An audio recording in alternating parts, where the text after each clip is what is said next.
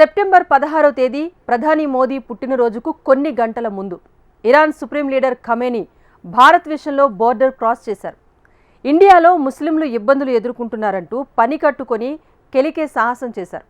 దానికి అప్పుడే ఇండియా స్ట్రాంగ్గా కౌంటర్ ఇచ్చింది. కానీ ఇరాన్ డబుల్ గేమ్కు అది ఏమాత్రం సరిపోదు. అందుకే తాజాగా ఒకే ఒక్క ఫోన్ కాల్తో టెహ్రాన్ పునాదులు కంపించిపోయేలా చేసింది భారత్. ఇజ్రాయిల్ ఇరాన్ మధ్య ఉద్రిక్తతలు పీక్స్కు చేరుకున్న వేళ నెతన్యాహుతో మోదీ మాట్లాడారు. పశ్చిమాసియా ఉద్రిక్తతలపై ఆయనతో చర్చించిన మోదీ ఉగ్రవాదానికి ఈ ప్రపంచంలో చోటు లేదు అంటూ సంచలన వ్యాఖ్యలు చేశారు. ఆ వ్యాఖ్యలే టెహ్రాన్లో ప్రకంపనలు పుట్టిస్తున్నాయి.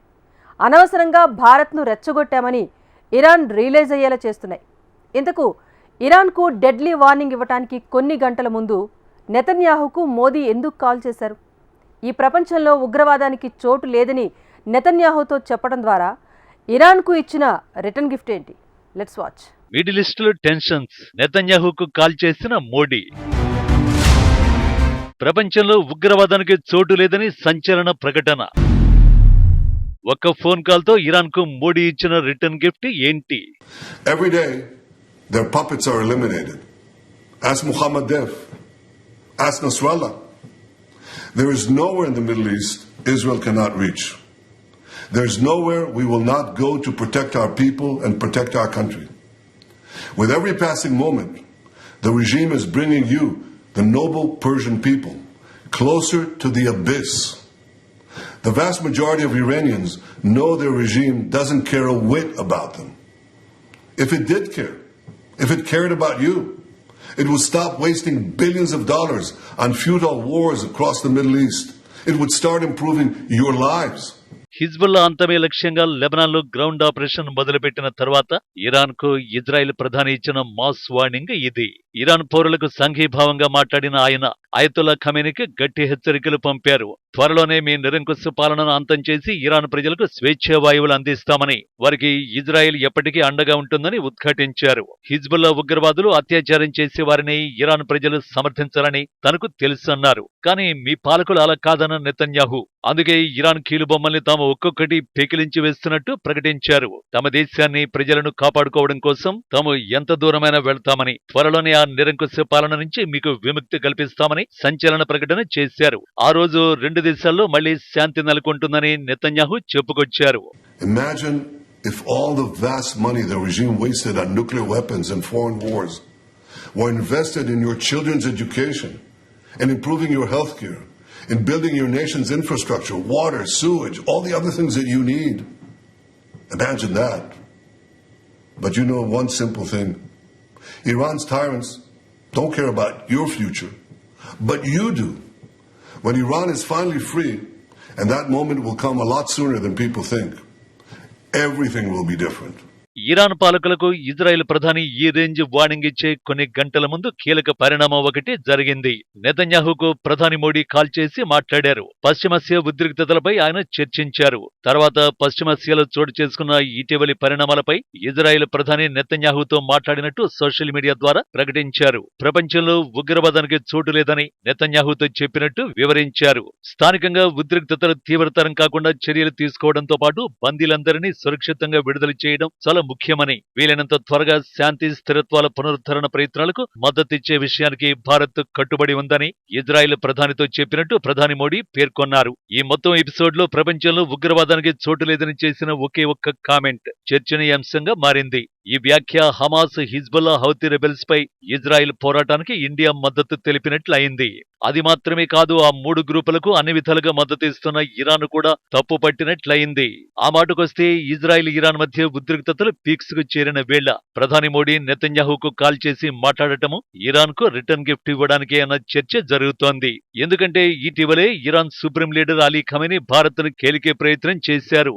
ఇటీవల మొహమ్మద్ ప్రవక్త జన్మదినమైన మిలాద్ ఉన్ నబీని పురస్కరించుకొని Iran supreme leader Ayatollah Khamenei X లో చేసిన ట్వీట్ ఇది. ఆ ట్వీట్ లో ముస్లింల గురించి పలు అంశాలు ప్రస్తావించారు. ప్రపంచవ్యాప్తంగా ముస్లింలు ఇబ్బందులు ఎదుర్కొంటున్నారని అన్నారు. ఈ క్రమంలోనే భారత్ పేరు ప్రస్తావిస్తూ హద్దు మీరారు.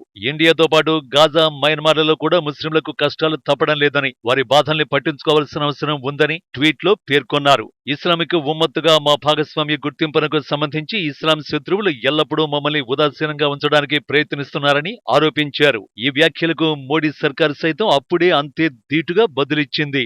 ఐతుల వ్యాఖ్యలు ఆమోదయోగ్యం కాదని, మైనారిటీల గురించి వ్యాఖ్యానించే దేశాలు తమ సొంత రికార్డును ఓసారి చూసుకోవాలంటూ కౌంటర్ ఇచ్చింది. భారత్లో మైనారిటీల పరిస్థితిపై ఇరాన్ సుప్రీం లీడర్ ఖమేనీ వ్యాఖ్యల్ని మేము తీవ్రంగా ఖండిస్తున్నాం. తప్పుదారి పట్టించే ఈ వ్యాఖ్యలు ఆమోదయోగ్యం కాదు. మా దేశంలో మైనారిటీల గురించి వ్యాఖ్యలు చేసే దేశాలు ముందు వారి సొంత రికార్డుల్ని పరిశీలించుకోవాలని సలహా ఇస్తున్నాం అని పేర్కొంది.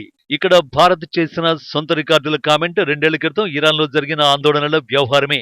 ఇది హిజాబ్కు వ్యతిరేకంగా ఆందోళనలు చేస్తున్న వారిపై ఇరాన్ పోలీసులు చూపిస్తున్న దాష్టీకం. ఈ వీడియోలు కాస్త సోషల్ మీడియాలో వైరల్ కావడంతోనే ప్రపంచ దేశాల ప్రజలు ఇరాన్ మహిళలకు అండగా నిలిచారు. అయితే ఇరాన్లో ఈ స్థాయి వివాదానికి బీజం ఎలా పడిందో తెలిస్తే కళ్ళు చెమ్మగిల్లడం, ఒళ్ళు జలధరించడం ఒకేసారి జరిగిపోతాయి. 2022లో అమినీ అనే 22 ఏళ్ల అమ్మాయి కుటుంబ సభ్యులతో కలిసి టెహ్రాన్ కు వచ్చింది. వచ్చి రాగానే మోరల్ పోలీసులు ఆమెను అరెస్ట్ చేశారు. ఆమె చేసిన తప్పల్లా హిజాబ్ సరిగ్గా ధరించకపోవడమే. ఇరాన్లో ప్రతి మహిళ హిజాబ్ను ధరించాలి. అది అక్కడి డ్రెస్ కోడ్. అది కూడా ఓ పద్ధతి ప్రకారం ధరించాలి. ఎలా పడితే అలా తలకి చుట్టేయకూడదు. ఈ నిబంధనను మహిళలు ఫాలో అవుతున్నారా లేదా అని తెలుసుకునేందుకు ఓ స్పెషల్ పోలీసింగ్ ను కూడా ఏర్పాటు చేశారు.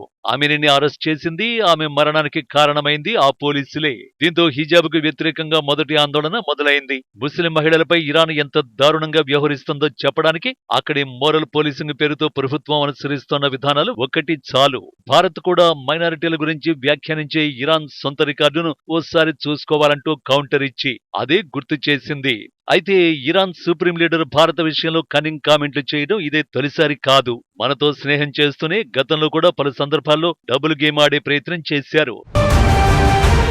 మోడీ సర్కారు జమ్మూ కశ్మీర్ కు ప్రత్యేక ప్రతిపత్తిని తొలగిస్తూ ఆర్టికల్ 370ని రద్దు చేసినప్పుడు ఖమేనీ ఆందోళన వ్యక్తం చేశారు. తమకు భారత్ తో మంచి సంబంధాలు ఉన్నాయంటూనే కశ్మీర్లోని ప్రజల పట్ల భారత ప్రభుత్వం న్యాయమైన విధానాన్ని అవలంబించాలని, ఈ ప్రాంతంలో ముస్లింలపై అణచివేత బెదిరింపులను నిరోధించాలని తాము ఆశిస్తున్నట్టు సోషల్ మీడియాలో పేర్కొన్నారు. ఆ తర్వాత 2020 ఢిల్లీ అల్లర్లలో అయితే ఉగ్రవాద హిందువుల్ని ఎదుర్కోవాలని, ముస్లింల ఊచకోత ఆపాలని డిమాండ్ చేస్తూ ఎక్స్ లో ఇండియన్ ముస్లిమ్స్ ఇన్ డేంజర్ అనే హ్యాష్ ట్యాగ్ తో భారత్లో ముస్లింల ఊచకోతపై ప్రపంచవ్యాప్తంగా ఉన్న ముస్లిం హృదయాలు దుఃఖిస్తున్నాయని రాశారు.